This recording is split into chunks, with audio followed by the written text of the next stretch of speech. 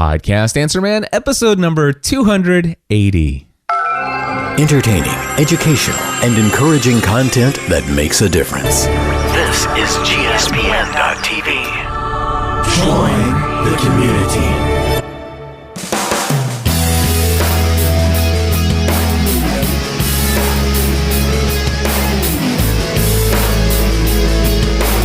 Well, hello everybody, and welcome back to another episode of the Podcast Answer Man. Cliff Ravenscraft here, and this, my friends, is the podcast about podcasting, helping you take your show to the next level. It doesn't matter if you're a brand new podcaster, if you have been podcasting for many years, or you haven't quite yet released that first episode. There's something we can all do to take our show to the next level.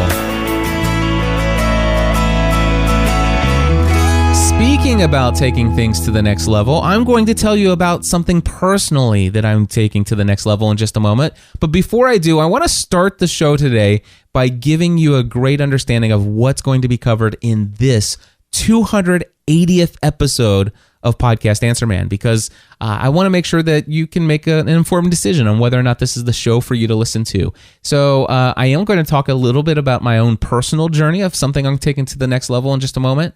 I'm going to give you a personal plug of the week that is very important to me, and I think it's a show you ought to check out.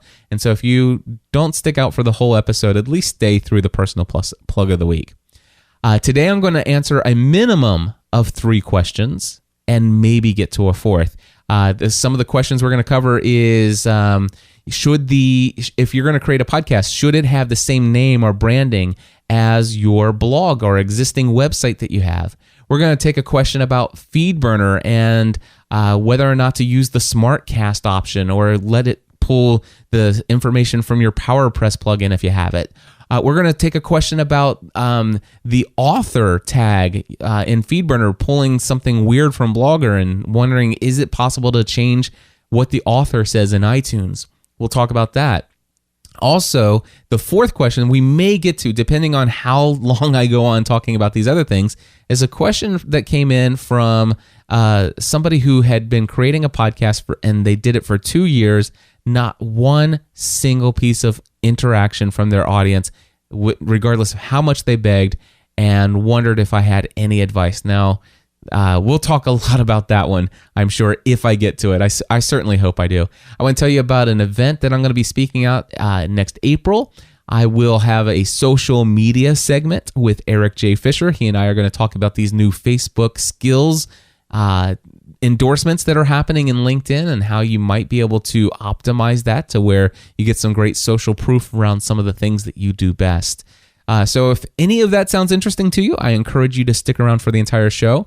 But I told you that I'm going to start off by talking about how I'm personally taking my own an area of my personal life to a next level, and that is my own health and fitness. Now, I'm not going to go into great detail, and I'll just let you know that I had recorded the first 6 minutes of this episode just a few moments ago, and I dumped it. I was just going on and on and on. But here's what I do want to say. I am working on taking my own personal health and fitness to a new and exciting level that I've never achieved before. And it is going to be an amazing journey if you're interested in following. In fact, I encourage you to follow this journey. Just go to pursuingabalancedlife.com and look for episode number 518. That's a great starting point for that episode. So episode number 518, it's titled The Road Ahead. I recorded that back on August 24th. There's only a few episodes between then and today. And you can learn about what my goals are, where I'd been prior to that when it comes to health and fitness. And you'll learn a little bit about my Fitbit along the way and how I've got to the place where every single day, 7 days a week, I'm currently walking a minimum of 6.2 miles a day. That's 14,000 steps. I have a goal. I set a goal for myself on August 24th of this year that I would lose 55 pounds by the end of 2012. And I am on my target with my current goals physically and nutritionally. and all of those other things, I am on target for losing all 55 of those pounds before the end of this year. And so if you want to learn about, and by the way, I've lost 12.5 pounds already since August 24th. So I got 12 more weeks in the year. I'm going to lose on average about 3.6 pounds over the next 12 weeks. If you want to learn how I'm doing that, pursuingabalancedlife.com. And by the way, Pursuing a Balanced Life is not all about health and fitness. In fact, there's a lot of wonderful information that I also share about my business side of my life. And if you think I give you some insights into what I think about my business and decisions that I'm making here on Podcast Answer Man, you ain't seen nothing yet. All right, seriously. If you go back and listen to the 508, over 500 episodes of Pursuing a Balanced Life, you'd be blown away by how much I've shared in that podcast over the years. But anyway, you do have to suffer through listening to me walk on a treadmill or out in the neighborhoods and all kinds of other things, dodging 18-wheelers, crossing the road, Frogger style. But it's a fun podcast, and it's one I enjoy doing. And it's not necessarily my personal plug of the week, but if you want to check it out, you can check it out at pursuingabalancedlife.com. Start with episode 518. I do, however, want to give you my personal plug of the week, and wow, am I excited about this one. I mean, I hope every single one of you will go and check out my personal plug of the week this week, which is the Catholic Insider Podcast with Father Roderick. Now, I know what you're thinking. It's like, wait a second, Cliff, I'm not Catholic. Well, I don't know if you guys know this. I'm not either, but it's one of my favorite podcasts. In fact, the Catholic Insider Podcast, if I'm not mistaken, is probably the third podcast I ever listened to. I'm not sure if it was the second or the third, but I'm pretty sure it was the third. I believe it was Leo Laporte was the first, and I think Leo Laporte was talking about Adam Curry, so I checked out Adam Curry, and I think I heard both Leo Laporte and Adam Curry mention this guy named Father Roderick and talking about these Soundseeing tours in this podcast called The Catholic Insider. Now, The Catholic Insider was the precursor back in the day. It was Father Roderick's entry into the podcasting world. And I remember listening to his earliest episodes, and my favorite episode, and the one that hooked me, was when he was walking through the streets of Dublin, Ireland. And he would just take this stereo microphone, and I would have my headphones on or my earbuds in, and I'd be walking down the streets through my neighborhood, just going out for a walk. And at night, I would be, looking down at the sidewalk in front of me and listening to the sounds of everything happening in Dublin, Ireland. And he's describing all the things that he sees, and there's these street musicians, and it's the first time I ever heard the song Hallelujah. Jeff Buckley made it popular, and a bunch of other people sing it, but there was a street musician in Ireland singing Hallelujah, and I just remember hearing that was the first time I heard the song, and it's like, wow, that is awesome. I love it. It felt like I was there walking through the streets of Dublin, Ireland with Father Roderick.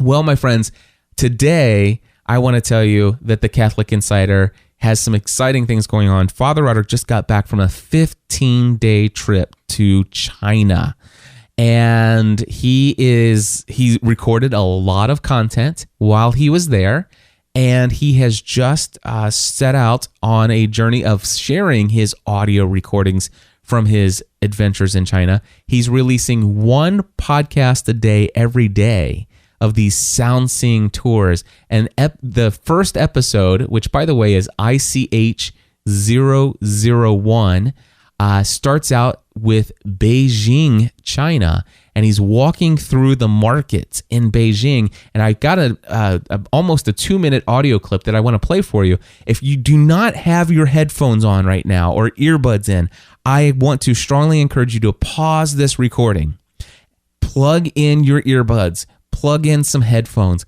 put them on, and listen to this in stereo. And as long as you're not driving, close your eyes and just listen to this. Oh, wow. There's a girl here coming from the other side, passing me by, and she was eating a kebab of some tentacles. I assume they're like baby squid tentacles. but it looks quite impressive. Yeah, squid. Squid, yes.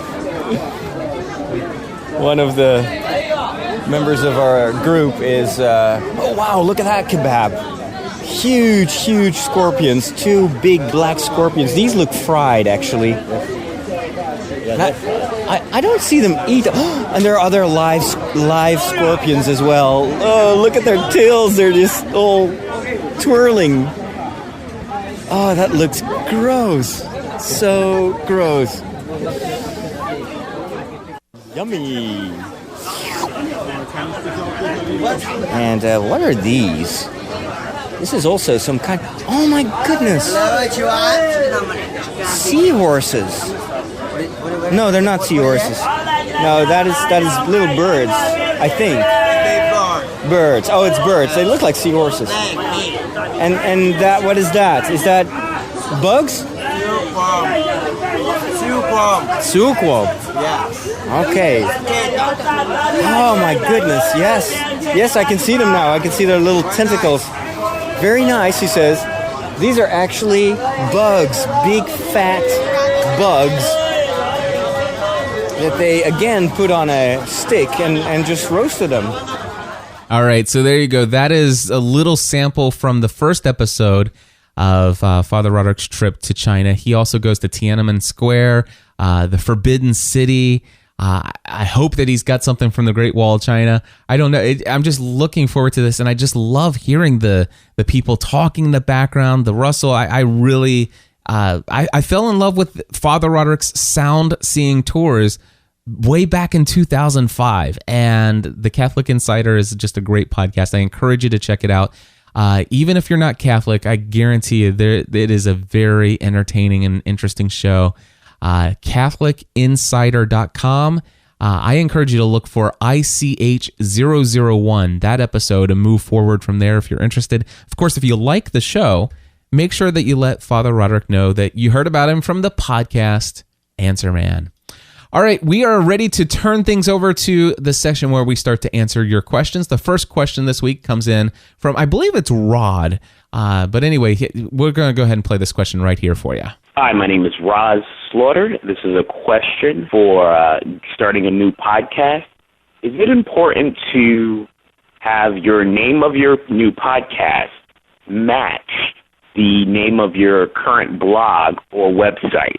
And if so, if that's not important, can it, as long as it's in the same niche, would it be beneficial to have a podcast and a blog that have different names? Is it a branding, a marketing thing, or is it just better to, kind of like Pat Flynn has Smart Passive Income podcast, he also has Smart Income, it's his website. Thank you, Cliff. I've heard you on the show. Amazing work. Appreciate it. Thank you. All right. Well, thank you so much for the question. And, you know, here's the thing. I think that it really depends on what your strategy is, what your branding is, what your existing blog or podcast or website is. Or blog or website is. So, for example, here's the thing. I had a client who is a dentist. His name is Dr. Joe Valenzi, and he had a website that was existing already called. It was called White Wolf Dental. You can go to whitewolfdental.com. Now, the question is he's got an existing website there, and he already had a blog that he was putting off on, that he was putting out on whitewolfdental.com, and he wanted to add a podcast to his mix. And the question was, should this be the White Wolf Dental podcast? And through having, and it wasn't just a decision we jumped right into, but through having a conversation with him, he decided that he wanted to actually call his podcast Talk to the Dentist. And so we actually launched that podcast called Talk to the Dentist, and we purchased the domain talktothedentist.com, which if you were to type that in, it should forward you to the category on his site for that podcast. So it should just take you to whitewolfdental.com/whatever it is to get to the Talk to the Dentist listing of items on his show, on his website. So that's one case. You already mentioned Pat Flynn. When he came to me, he already had the Smart Passive Income blog at smartpassiveincome.com. Now, this is one where, okay, well, the topic and the branding and everything's exactly the same. It was through a conversation, and he had already made that decision. It's like, you know what? This is the Smart Passive Income Podcast. And so he kept the name same. You look at mine, Podcast Answer Man.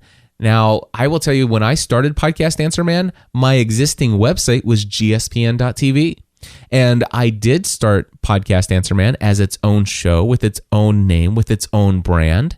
And I purchased the domain Podcast Answer Man. But guess what would have happened back in 2006 when I launched the show? If you would have typed in podcastanswerman.com, it would have forwarded you to gspn.tv/category/PAM.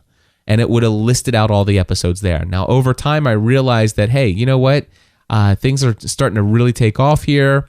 I really see this turning into a business, and it's time for me to make podcastanswerman.com its own place, its own space. All right, let's go to another example, michaelhyatt.com. Now, Michael Hyatt had an existing blog. It's one of the most popular blogs in the self-help / productivity / personal development style, leadership tips, all of that stuff, productivity. Michael Hyatt has one of the most popular blogs in that space, in that niche. All right, but it's the michaelhyatt.com blog. It's named after him. But he wanted to launch a podcast. Now, he came to me and he didn't ask me for branding. So he wasn't asking me for branding advice when he came to me. He was pretty much taking care of that. We worked on some equipment things together and some talking about the episodes and how to lay those out in format. But he had already decided that his brand of his podcast, it wouldn't be the Michael Hyatt podcast. He wanted to actually call it This Is Your Life. And he based the title off of the song that he uses as his intro, which is a Christian song called This Is Your Life. And it's a song that I actually like personally. And I love the title because the title is, hey, this is your life.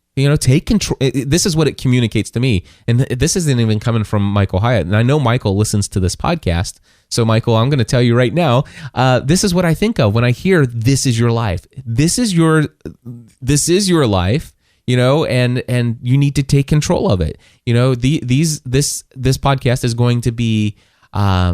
This is a podcast that's going to encourage you to take control of your life, to not live anybody else's life, but to live your own dreams, to fulfill your own purpose. This is not anybody else's life. It is your life. And you need to be the owner of this vessel. You need to be the one who's steering the direction of this vessel. And you need to understand that, are you who you want to be? Because this is your life, and are you where you want to be? And I love the imagery there. So I love the fact that it's not the Michael Hyatt podcast. It's This Is Your Life podcast. Michael Stelzner, another guy, has an extremely popular, he calls it a magazine. We interviewed Michael a couple episodes back. And he has socialmediaexaminer.com. In the social media space, I don't know anybody else out there that has a more popular brand than the Social Media Examiner platform. Now, the thing is he could have launched the Social Media Examiner podcast, but he chose not to. He actually created the Social Media Marketing Podcast. Now, you'd have to actually dig into Michael's mind behind the strategy for that. I actually had some good conversation with him, and I think he made a very wise decision. I'm not going to go into the details there, but I just wanted to say, in response to your question, should your podcast carry the same name as your blog or your existing brand or your website?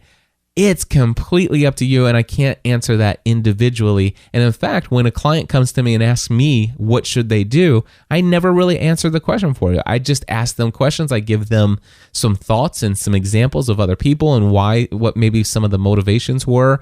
And I share with them my own experiences. And then I say, okay, with all of this information, do you think that this helps you better determine what your strategy for naming your podcast should be? So hopefully that helps you out. All right, we're going to go to our next question. This one comes in from JD Sutter. JD, take it away. Hey, Cliff, it's JD Sutter in Phoenix, Arizona. and I just wanted to ask you a quick question regarding the whole feed burner issue that's been going on. It's really got me thinking about all of the issues related to feeds, and so I was just curious whether you are using FeedBurner's SmartCast feature or if you're letting PowerPress handle all of that iTunes tagging and all of that kind of stuff. So can't wait to hear your answer. Keep up the great work. Thanks. Bye. All right, JD, thank you so much. And yes, I am using the SmartCast option on FeedBurner. It is something that I've been doing since 2006, and it's something that has worked for me. Now, I do have a friend of mine who also does podcasts about podcasting. His name is Daniel J. Lewis, and I know that he recently has weighed in on his thoughts about the FeedBurner issues of late and stuff like that. And he suggests that FeedBurner hasn't been updated for the new iTunes specs, and it's not as optimized and all of these other things. But the fact is that what worked for podcasting in 2006 still works for podcasting today. That there's some new specs out there. You could do some fancy new little nuanced things if you want to go way deep into it. But the fact is I'm still using SmartCast, and it still works for me, and I seem to be doing pretty well.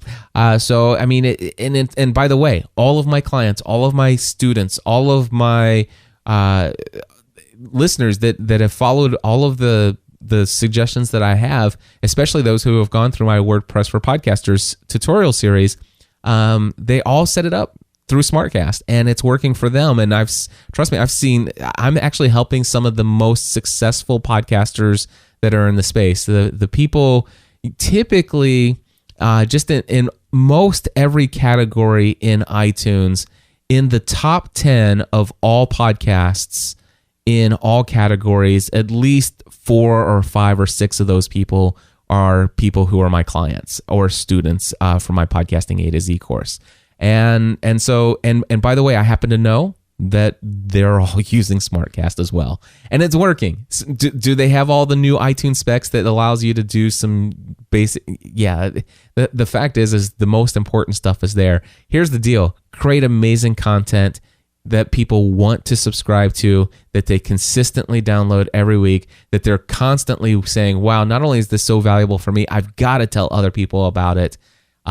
Have great audio quality, engage your audience, have them leave ratings and reviews in your favor, and trust me, SmartCast in my mind is still the way to go.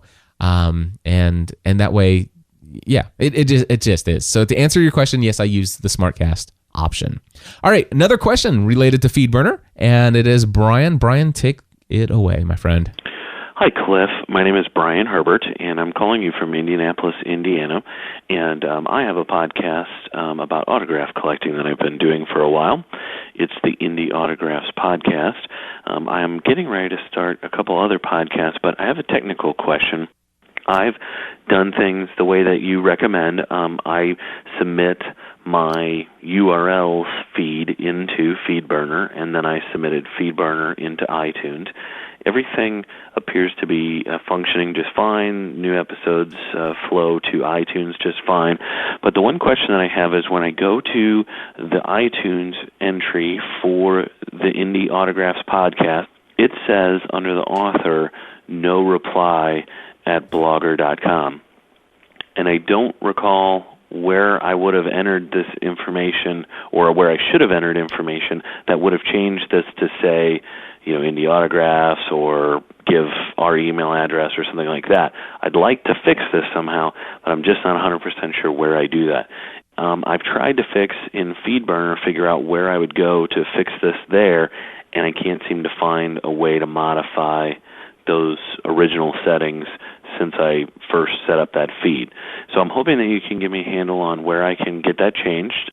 If you can help me out, Podcast Answer Man, I would greatly appreciate it. I enjoy listening every week. I tune in live on Thursdays, too, and really enjoy all the great information. So keep up the good work there, Cliff, and I look forward to getting an answer from you. Thanks so much. All right, Brian, I do have an answer for you, and I got a couple thoughts and insights here as well. So first and foremost, congratulations on, I guess in my mind, being so successful with your first podcast that you're already thinking about launching other ones.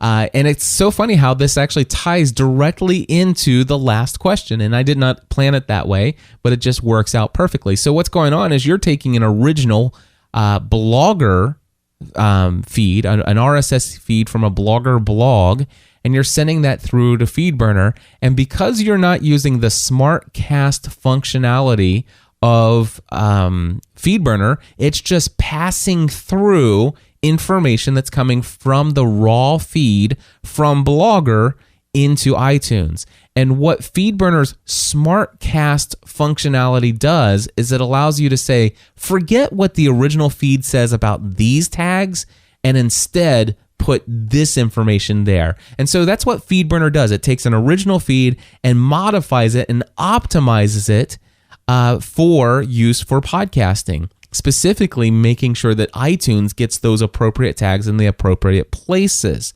And many other podcatchers today also take advantage of those same tags that iTunes uses. So with that being said, here's what you want to do. You want to log into FeedBurner. You want to click on the name of the feed that's in question here for your podcast. The next thing you will do is you will go in and click the Optimize tab. The next thing you'll do after that is on the left-hand side, you are going to click on SmartCast. And if it's not already activated, you might need to actually hit the word or the button Activate. Now, as soon as you do that, it'll say SmartCast makes podcasting easy in feeds that normally cannot support it. Links to MP3s, videos, images, and all digital media in your site content. SmartCast creates enclosures for them automatically. Optionally, it will also add elements required for richer, more detailed listing in iTunes podcast directory and sites using Yahoo Media RSS and blah, blah, blah. So here's what I recommend. For where it says create podcast enclosures from links to, I usually leave that as a default to any rich media file. Then the next thing, I make sure it says checked for include iTunes podcasting elements. Then I would choose your category, have at least one, and make sure it's drilled all the way down as far as it can. You can add multiple categories if you want to be listed in multiple categories. That's perfectly fine. You want to put a URL, you want to upload your 1400 by 1400 artwork as a JPEG image somewhere onto the web. It doesn't matter where, but you're going to need a link to that JPEG image and put that in your podcast image location. Click the preview image button. Now the preview may actually only show 1/4 of the image. If you upload a 1400 by 1400, you can drag that window out to make sure that the image is there. But anyway, make sure that that image is pulling up. Then for the podcast subtitle, just put your tagline for your show. And if you don't have a tagline, then I would encourage you to create one. Mine is taking your show to the next level or something like that. Anyway, podcast summary, that's where you put the description of what you want seen in the iTunes listing. And then podcast search keywords. I think you can add up to 12 or 14 of those. Anyway, just comma separated keywords. That helps in your people searching for your content. Include media RSS information, add podcast to Yahoo search. Just go ahead and click that. And then contains explicit content. I hope your show doesn't. And if it does, you definitely need to mark it yes. But if it's not, then make sure it says no. I do not recommend the word yes cleaned, but instead just making it just no is the appropriate response. Copyright message. I personally usually put the name of my podcast or my website there. And then podcast author is right there. Oh, and by the way, there's the podcast author email address that I skipped over that. You want to make sure that you do fill out a valid email address there. That's not going to show up in the iTunes directory, but you do want to have a valid email there just in case iTunes needs to, or anybody else has the directory, needs to email you to get some more information. But anyway, copyright message, and then podcast author, you can type in your name, your brand, whatever you want there. So that is how you do it. So hopefully that helps you out, Brian. And the other comments that I have is, since you are getting ready to launch several other shows, is what I heard, I highly recommend you move to WordPress. I mean, really, honestly, move to WordPress. It will make your life so much easier in the long run.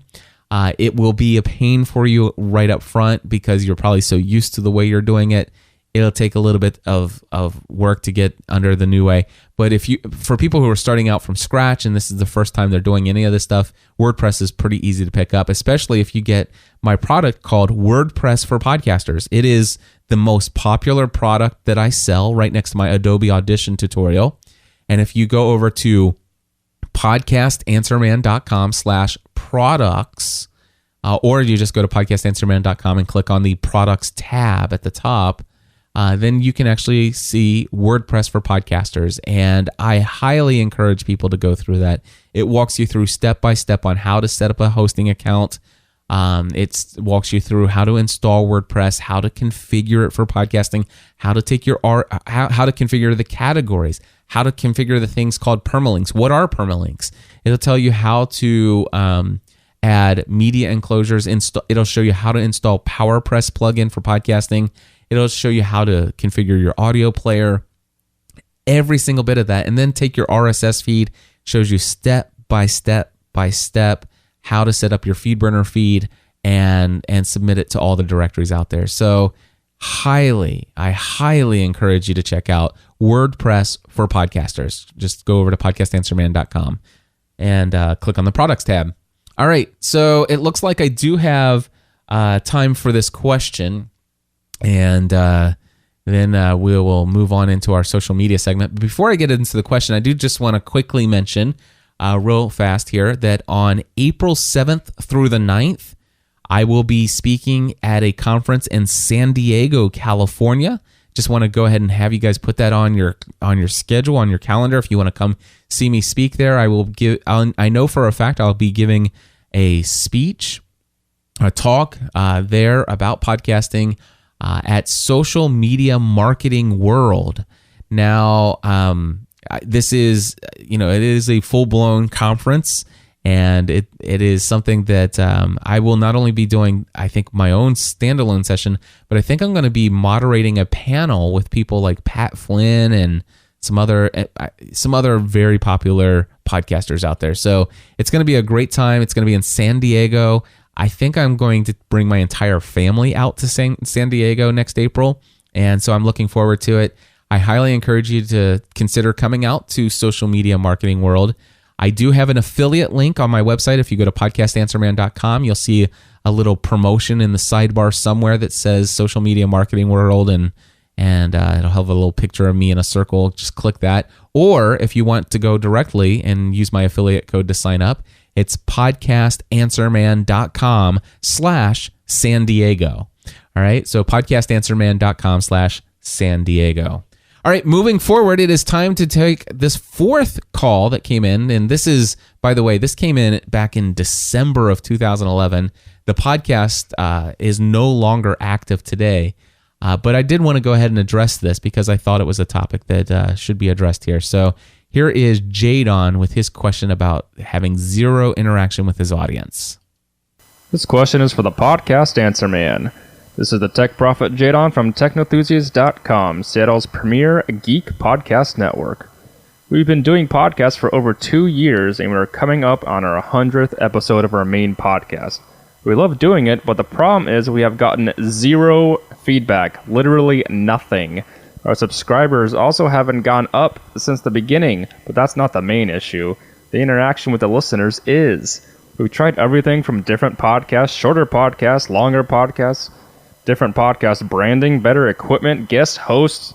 We're telling people how and why they can get in touch with us. We've even recorded a podcast and written a blog about how desperate we are for having the listeners be a part of our podcast. We really do love what we are doing, and we are passionate about the subjects we talk about, but I have to be honest, after over 2 years of no interaction with the listeners, we've thought about quitting. It does take time and money to do this. Even one piece of feedback from a listener would give us confidence to continue on. Any advice? Thanks, Cliff. Alrighty. Well, Jadon, I do have some advice for you. I know that it's, kind of too late. You've already shut things down. In fact, a couple things that I'll share with you. First and foremost, it took me forever to find where you were. I mean, I played this feedback, and I'm going to play right here one more time. I was listening for the name of your show. So this question is for the Podcast Answer Man. This is the Tech Prophet Jadon from Technoenthusiast.com. So I immediately, the first thing I did is I type in techenthusiasts.com, and that's obviously not you. And then I'm like, okay, so it's not tech enthusiast, is it techenthusiast.com? Is it techenthusiasts, plural.com?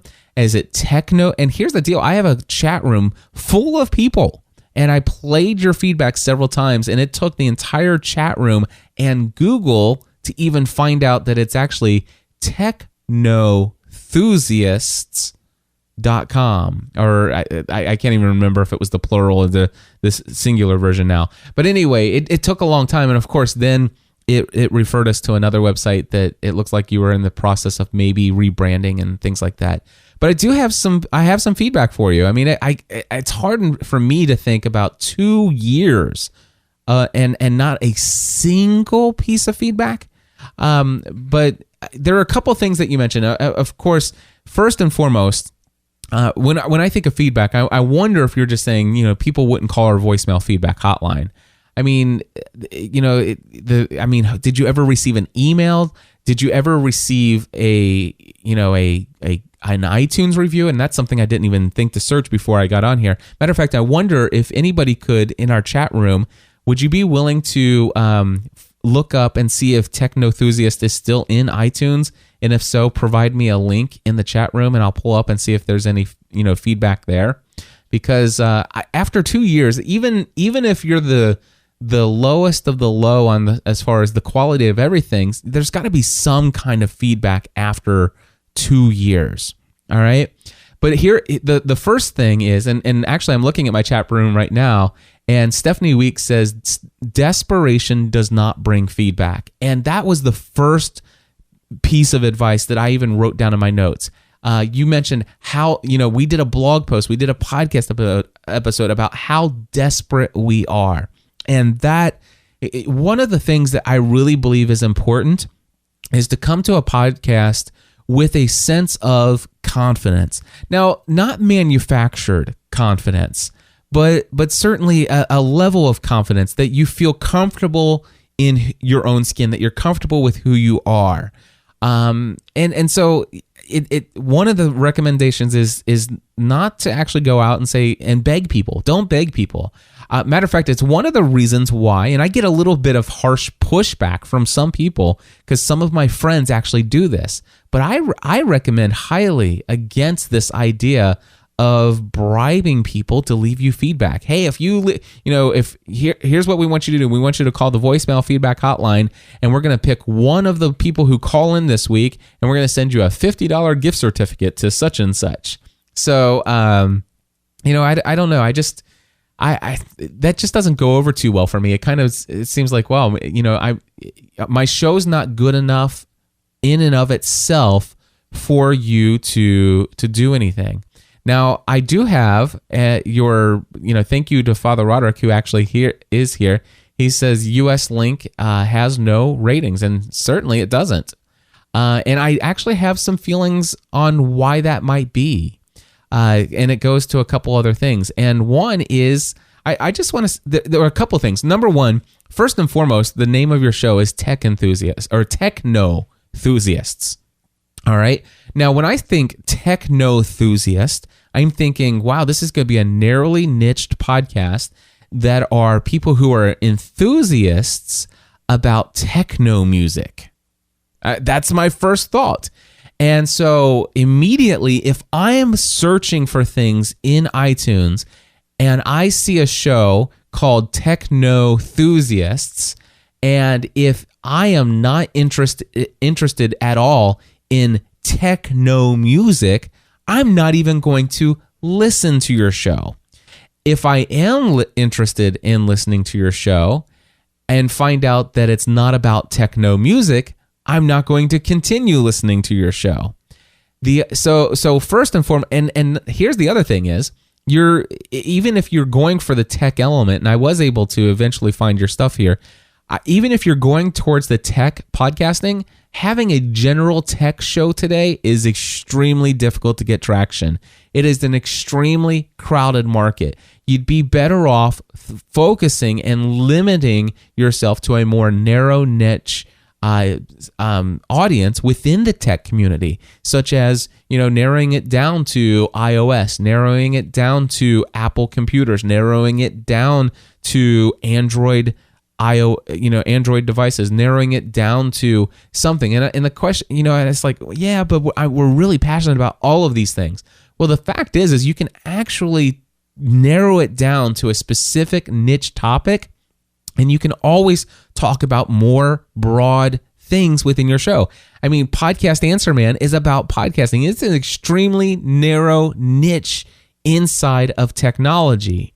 However, I talk about a lot of different things. In fact, I opened the show talking about my own health and fitness, for goodness sake. So it doesn't limit you, but what it does is it does help bring in an audience. I also want to say that artwork is very important. Many people overlook artwork, and I found your artwork, and I'll say that it's not great.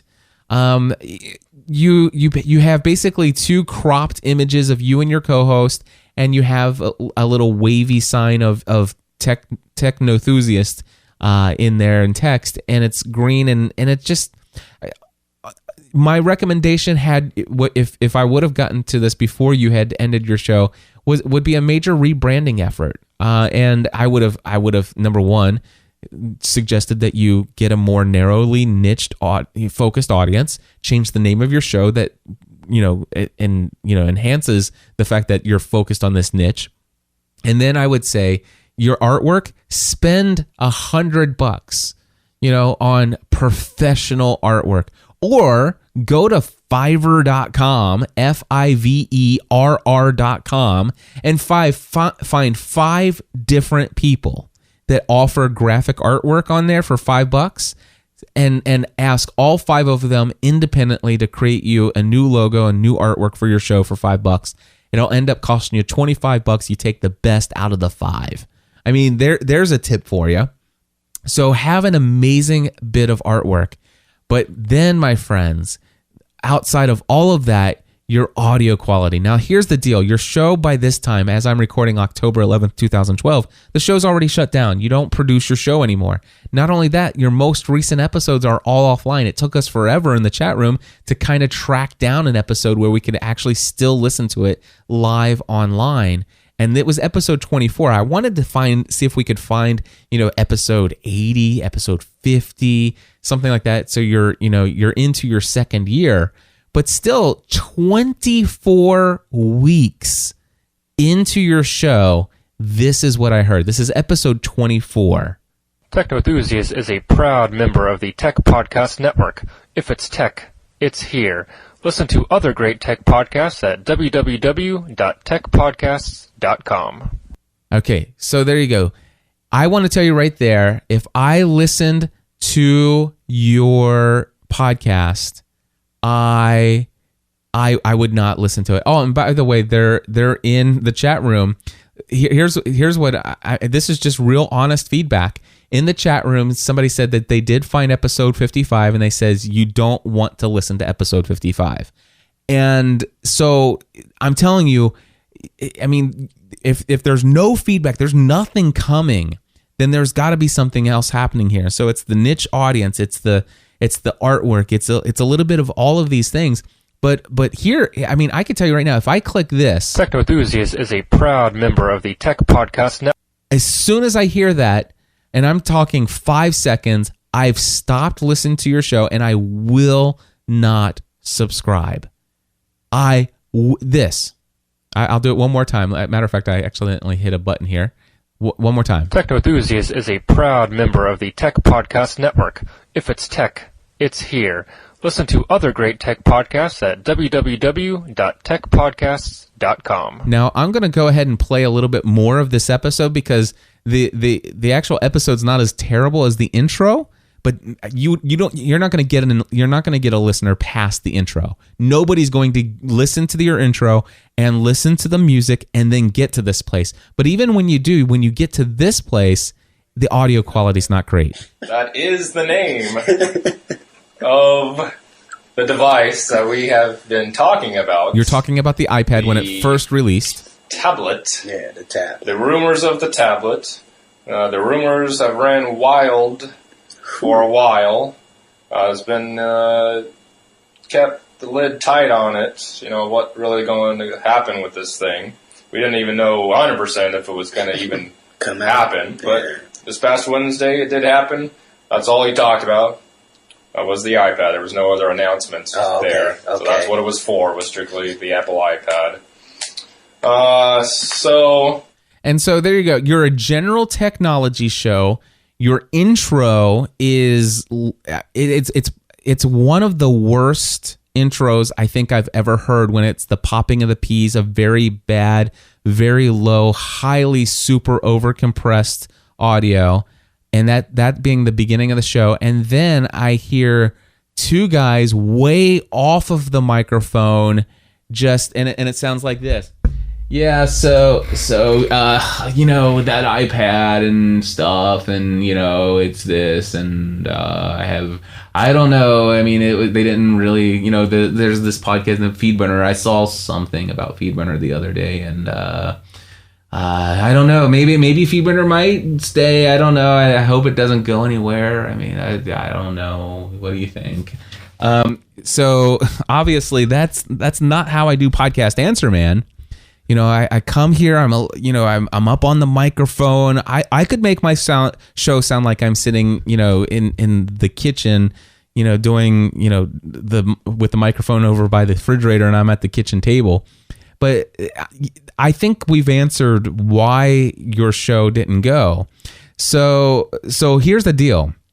Here's the deal. I can guarantee you that if you were to find one very specific niche topic, and if you were to invest, let's just say, maybe, well, you could use the recorder that you had. Just instead of being so far away, get up closer to it, turn the gain down. And instead of just saying, oh, well, they blah, blah, blah, blah, speak with some oomph, hey, this is, what? Matter of fact, I think it's funny that you were disappointed with the iPad and you were saying, I just don't know if it's enough, blah, blah, blah. I mean, it's pretty big stuff today, right? But, I can understand where you're coming from, but get behind the microphone and say, hey, I watched the iPad thing and it was the only thing. I was expecting them to do more than just this iPad. And to be honest with you, I was disappointed. And this is why I was disappointed. And here is this. And get behind this. And of course, Magnus is saying, but Cliff, you've made 3,000 podcast episodes. And I thank you, Magnus, for saying that in the chat room, because you're absolutely right. But here's the deal, after 24 episodes, you should start to find your voice. If this was your first or your third or even your 11th episode, I wouldn't have even been this harsh. But it's your 24th episode, and I've been told by other people in the chat room that I don't even want to listen to episode 55. So if you were to launch, you already have 2 years of experience in creating content. If you were to find a narrow niche audience, use the same recorder that you already have, but get closer to the microphone. Stop the popping P's. Research that. Find out how to never pop a P in your life again. Get your audio levels consistent. Get close enough to the mic. Turn down the gain so you don't have as much echo in the background. Talk about something that you have a conviction about, that it's not just something you're saying in passing and it's like, oh, here's my opinion. No, speak with conviction about what you believe. Don't worry about if you're wrong. I mean, do you know how many people out there who think I'm dead wrong about the way I feel about FeedBurner? I don't care. I speak with conviction about it because it is what I believe. I believe FeedBurner is going to be around. I don't think it's going to shut down. And if I'm wrong, then I'm wrong, and I worry about that bridge when I have to cross it later. And I don't think I am. And so I move forward. I march on. And so speak with conviction. The other thing is spend $5 or $25 at Fiverr.com. Get amazing looking artwork that speaks professional. I'm taking this seriously. And don't ever beg people to give you feedback. Provide them wonderful content that is is worth their time listening. And certainly make sure that the first 10 seconds of your podcast is just pure ear candy. Make it sound awesome. So, Jadon, I hope that helps. I know that, again, it's already too late and past the prime for answering that, but that's what I have. And now, my friends, it is time for our social media segment for the week. Standing by is our social media correspondent, Eric J. Fisher. Eric, we have 10 minutes or less to talk about LinkedIn recommendations. What do you got, my friend? All right. Well, it's skills and expertise that you have added to your LinkedIn profile. People can now click, for lack of a better word, like on those to endorse you on those skills that you have. So LinkedIn as a social network has had these recommendations. I would have called the old style recommendations as testimonials for as long as I can remember using LinkedIn. People would go in and say, hey, I'd like to say a couple nice words about working with Cliff, and he's an expert in this area. And they were true, authentic endorsement. I endorse what he does. And they haven't gotten rid of those recommendations that are literally, well thought out paragraph or so of, I have personally worked with this person and they're awesome and here's why, still exist. Okay, so they still exist. Now, are those called recommendations? Those are actually called recommendations. What we're talking about are endorsements. Okay, see, I think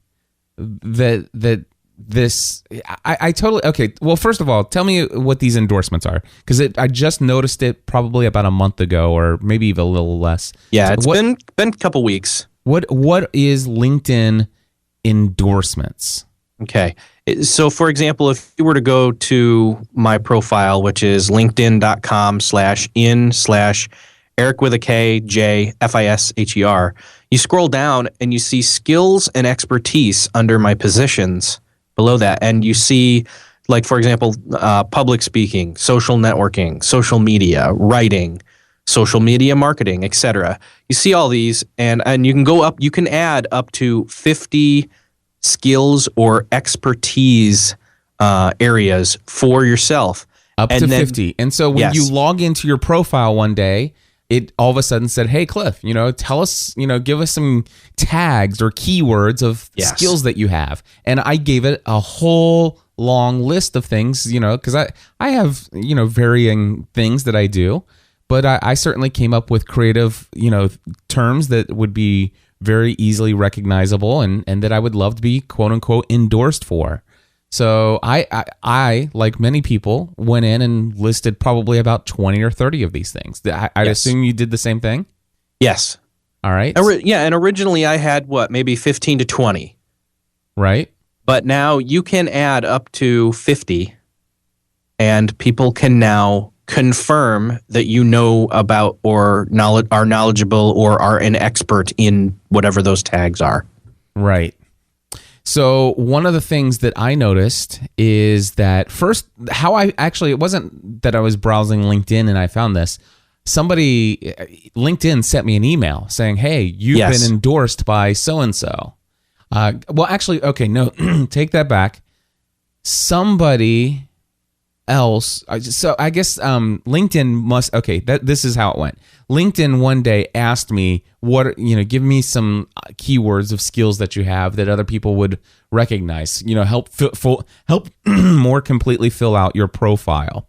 And then all of a sudden I got emails of people who've all of a sudden endorsed me. And it's like, gosh, I haven't asked for a LinkedIn endorsement in forever when I'm thinking of recommendation. Right. And I haven't seen one come through just out of the blue. And now all of a sudden 2 or 3 people just quote unquote endorsed me. And I'm thinking they've written a written recommendation or testimonial. And so I click through and I see that they've, all of a sudden these little icons are appearing next to my name or next to these little skills and expertise tags. And so I'm like, oh, cool. And then it says, hey, do you want to do this for some other people? And I'm going to give you an example of what I saw. I noticed that the top 1, 2, 3, 4, 5, the top 5 skills in my list had all of these, people who had clicked and endorsed those skills for me. But I noticed that anything below the top 5, it's kind of like people are like, they're just barely doing anything. So for example, right now, as we're recording, I have 46 endorsements for podcasting.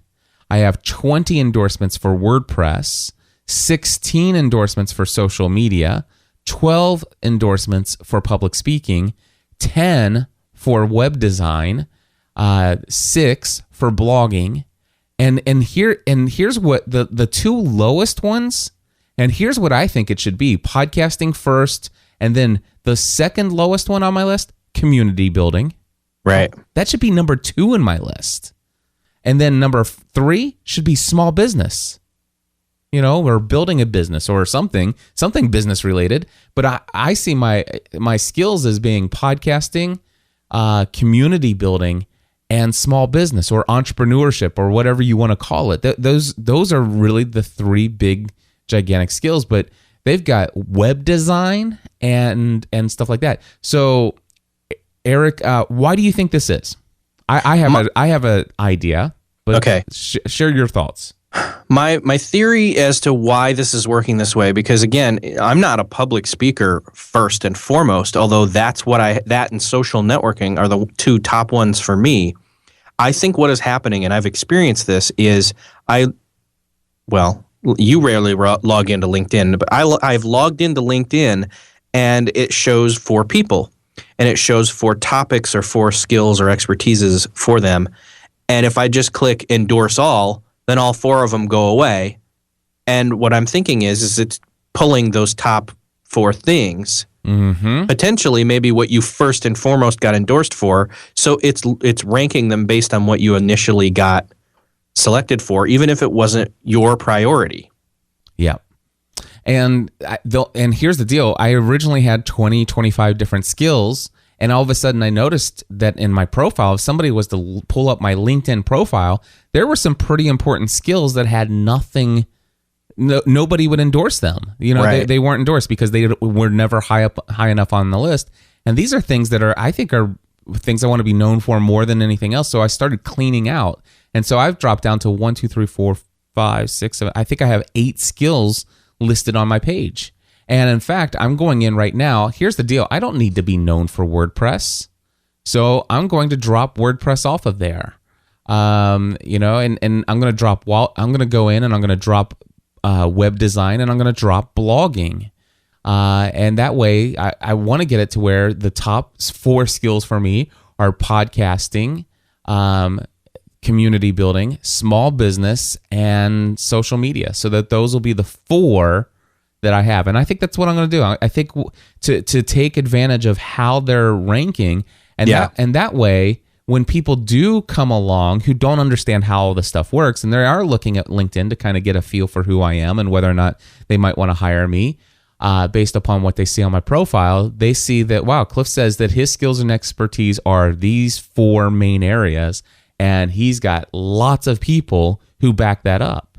Mm-hmm. And I would say that's anti-establishment or as anti what people would normally think, which is I better go in and make sure I have 50 skills in there so somebody can endorse any and all of the things that I'm good at.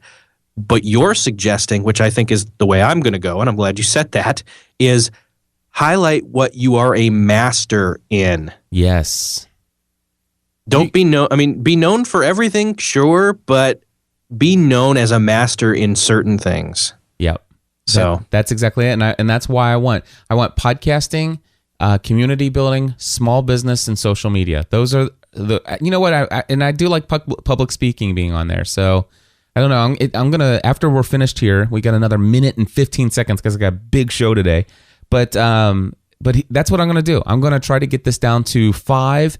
If not possibly even the 4 main skills. And that way, for example, Eric, I went to your profile, and now instead of just logging in and giving me 4 options for all of these people who share all of those and hitting endorsement or endorse, when I go to your personal profile, it says, hey, Eric, does Eric have these skills or expertise? And it gives me your top 5.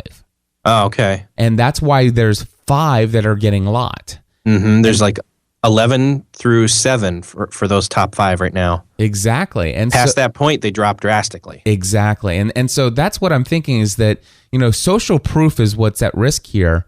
And, my recommendation, and Eric, I think you agree, narrow it down to your top 4 or 5 things you want to be known for. And whatever you can do, try to get that most important one to you in the top position, however that might work. Even if you have to start over from scratch and clear out everything you have and just restart and making sure that you put the first one first.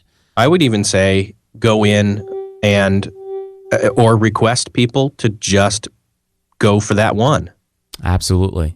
Or go just for the one. That's going hardcore, my friend. I think I'm going to go for the top 4 myself because I think it's very easy. I don't mean just for one skill. I'm talking if people are going to endorse you, specify, hey, go in and endorse me for this one thing specifically.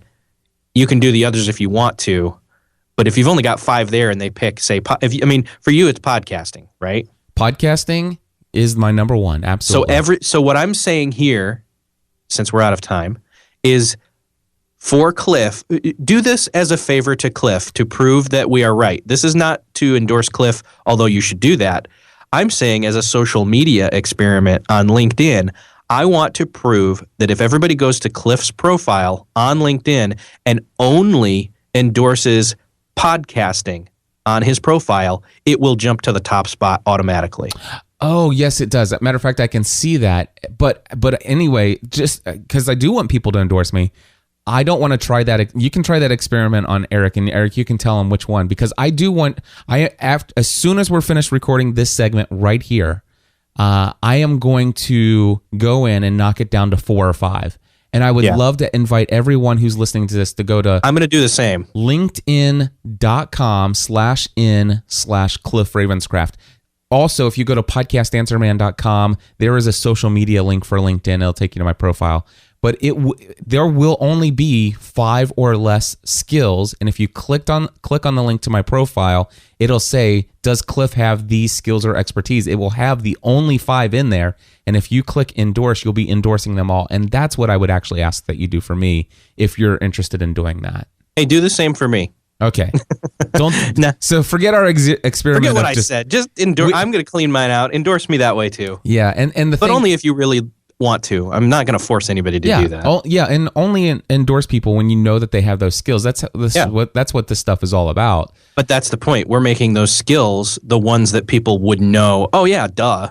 Yeah, of course he is. That's obvious. Yes. And so anyway, and the one last thing I'll say, and then we'll wrap up here, is that I've also heard this being viewed as the new social media spam for LinkedIn. And I certainly understand that. Eric, is there a way to go in and turn the notifications off so that you're not being notified every time that you get this? LinkedIn's one of those ones where they're really good about, if you go in and let's see here. I'll tell you what, I'm going to pause and we'll look it up and we'll let's come just right find back. it real quick. Yeah. Okay, so Eric, I just found this on my email. It says, Eric Fisher has endorsed you. And so that's going to be the subject line of all these emails that you get. The name of the person, quote unquote, has endorsed you.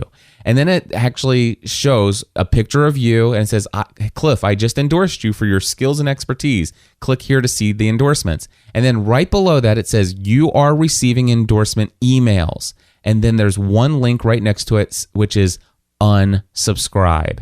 Click that and it will unsubscribe you just from those endorsement emails. That way you're not getting spammed like crazy when people are going out and doing that.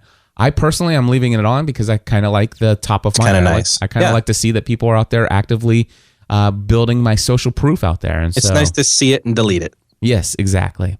So, and if you are being spammed by any other thing in LinkedIn, they do make it real easy. If you log in and go to the upper right where your name is and click settings, and then on the lower left where email preferences are, you can hit set the frequency of emails, and it will, all the ones that you're receiving, you can change them to say weekly digest, individual email, no email, etc. So sweet. There's a freebie.